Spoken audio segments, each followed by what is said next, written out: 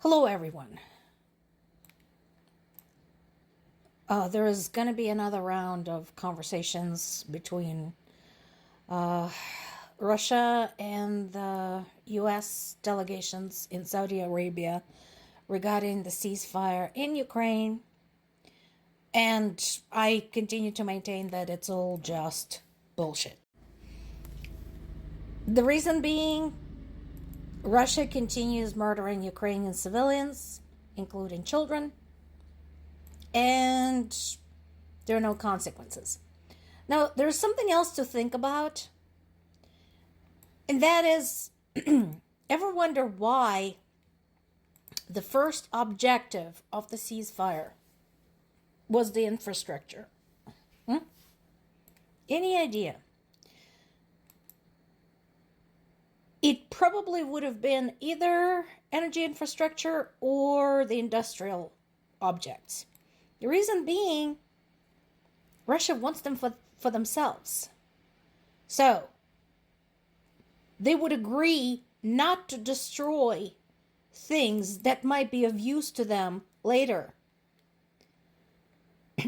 Because if you think about it, if you well and truly wanted to convince your opponent of your goodwill, you would announce a ceasefire to protect civilians, to stop hitting schools and hospitals. But no, they chose inanimate objects. And I know what you're going to say. Yes, Ukrainian civilians do depend on the infrastructure. It's true. And it does affect the whole country. But in the grand scheme of things, infrastructure can be rebuilt. People cannot be brought back to life. Case in point, there have been attacks on Donetsk region and Sumy region, both with casualties.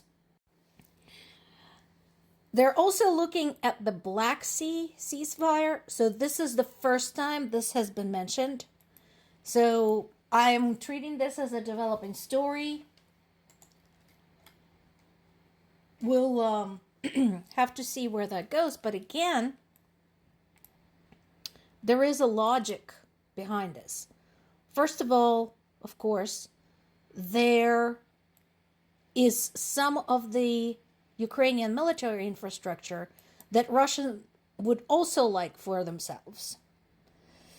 We talked about unmanned vehicles and Ukraine's enormous strides in that area. Well, one of the unmanned objects that I mentioned was a seagoing vessel used to launch drones from the water. There's no doubt in my mind Russia would like to have that. And that is likely why they are looking at the Black Sea ceasefire. Also, that's where the Kerch Bridge is. Putin's very expensive bridge that is basically a great big bullseye sitting out there across the water, which has been sabotaged by Ukrainians a number of times because it is constantly used to transport troops and supplies into Ukraine. So that would be another reason. Understandably, Europe and Ukraine continue to be highly skeptical of this because, again, this is all just so lame. And again, just a reminder, as far as we know, nothing has been signed yet. Nothing has been agreed upon yet.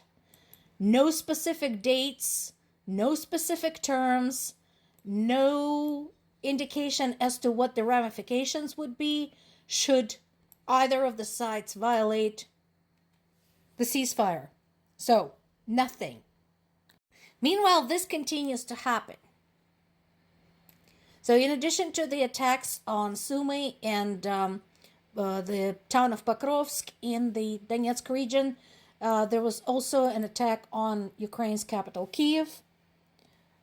3 people were killed, including a 5-year-old girl and her father. My question is, why does anyone continue to take Russia seriously? Where do you see any indications? Show me any indications that Russia well and truly wants peace. Because I'm sure as hell not seeing any of that.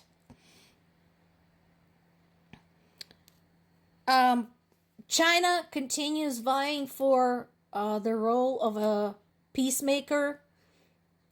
China has its own considerations in the game, one of them being the territorial integrity precedent, because China has its own territorial aspirations it doesn't like to talk about.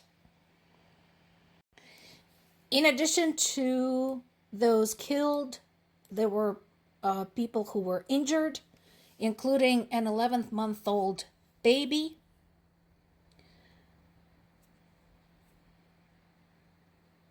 How is this peace?